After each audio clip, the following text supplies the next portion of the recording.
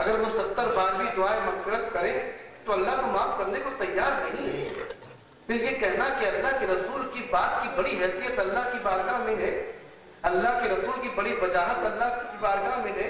اور اللہ اپنے حبیب کی بات کو ٹالتا نہیں، یہ کہاں تک درست ہے؟ بات سمجھ میں میری یاد بھئی اللہ قرآن یہ فرما رہا ہے کہ 70 بار بھی معافو تو بخشنے کو تیار نہیں، میں نہیں بخشوں گا۔ لن یغفر اللہ لہم، یہ آیت 2 مرتبہ قرآن میں آئی، لن یغفر اللہ لہم، 70 مرتبہ بھی استغفار کرو تو میں نہیں معاف کروں گا۔ تو ہمارے کچھ بھائیوں کو یہی آیت ہاتھ آ گئی اس بات کو ثابت کرنے کے لیے کہ دیکھو اللہ کے رسول کا مقام اللہ کی بارگاہ میں تو یہ ہے کہ ایک شخص کو 70 بار دعائے مغفرت کرتے بھی معاف نہیں کروا سکتے۔ ایک شخص کو 70 مرتبہ بھی دعائے مغفرت کرنے کے باوجود اللہ سے معاف نہیں کروا سکتے۔ ہاں بات تو ٹھیک ہے، بات اپنی جگہ درست ہے کہ واقعی ایک شخص کے بارے میں اللہ کے رسول نے 70 بار اللہ سے دعائے مغفرت کی لیکن اللہ نے معاف نہیں کیا، میں مانتا ہوں، لیکن اس آیت کریمہ سے اللہ کے رسول کی اللہ کی بارگاہ میں حیثیت کم کرنے والے کبھی اس بات پر بھی غور کر لیا ہوتا کہ آخر وہ جرم کیا تھا، وہ کون سا جرم تھا کہ جو اس شخص نے کیا، اور وہ ایسا جرم کہ اگر تم 70 بار بھی اس جرم کی سفارش و شفاعت کرو گے میں ہرگز ماننے کو تیار نہیں ہوں۔ کبھی اس پر غور نہیں کیا کہ آخر جرم کیا تھا؟ بھئی لوگوں نے تو اللہ کا انکار کیا، ایک بار اللہ کی بارگاہ میں آ گئے، اللہ نے معاف کر دیا۔ لوگوں نے اللہ کی نمازیں چھوڑی، اللہ کے رسول کی بارگاہ میں حاضر ہوئے۔ خود قرآن فرماتا ہے، خود قرآن سورہ نساء کے اندر فرماتا ہے کہ اے رسول جب یہ لوگ کوئی گناہ کر دیں، گناہ یعنی نماز چھوڑ دیں، روزہ چھوڑ دیں، حج ترک کر دیں، کوئی اور گناہ کر دیں اور اللہ سے مغفرت چاہیں تو تمہاری بارگاہ میں حاضر ہو جائیں اور تم ان کے لیے استغفار کرو، لوجد اللہ توابا رحیما، قرآن کریم کی دوسری آیت سورہ نساء کے اندر، کہ اگر یہ لوگ کوئی اور گناہ کر لیں، جو گناہ جو اللہ سے متعلق گناہ ہو، جو جہاں اللہ کے احکام کی نافرمانی کی گئی ہو، جہاں اللہ کا قانون توڑا گیا ہو، اگر کوئی ایسا کام کر لے تو تمہاری جاہو کا تمہاری بارگاہ میں حاضر ہو کر اللہ سے استغفار کریں، واستغفر لهم الرسول، اور رسول بھی ان کے لیے سفارش و شفاعت کر دیں، استغفار کر دیں، لوجد اللہ توابا رحیما، تو بے شک یہ اللہ کو بہت توبہ قبول کرنے والا اور بہت رحم کرنے والا پائیں گے۔ ایک طرف تو ہم قرآن میں یہ دیکھتے ہیں کہ جو اللہ کی کا انکار کر کے آ رہا ہے، اللہ کے قانون کو توڑ کر حضور کی بارگاہ میں حاضر ہو رہا ہے، اللہ کی نافرمانی کر کے حضور کی بارگاہ میں حاضر ہو رہا ہے، اور اگر حضور اس کے لیے صرف ایک مرتبہ استغفار کر رہے ہیں، واستغفر لهم الرسول، اللہ ہر جملے کو غور سے کیجیے گا کہ اللہ کی نافرمانی کر کر اللہ کا قانون توڑ کر حضور کی بارگاہ میں آ رہا ہے اور حضور صرف ایک مرتبہ استغفار کر رہے ہیں، لوجد اللہ توابا رحیما، تو اللہ کو بہت توبہ قبول کرنے والا اور بہت رحم کرنے والا پاتا ہے۔ لیکن یہ کون شخص ہے کہ جس کے لیے حضور ایک بار نہیں، 2 بار نہیں، 70 مرتبہ دعائے استغفار کر رہے ہیں اور اللہ اس کو معاف کرنے کو تیار نہیں؟ لن یغفر اللہ لہم، اللہ ہرگز اس کو معاف نہیں کرے گا، اس کی مغفرت نہیں کرے گا۔ بات صرف اتنی سی ہے کہ وہ شخص جو اللہ کا قانون توڑ کر آیا تھا،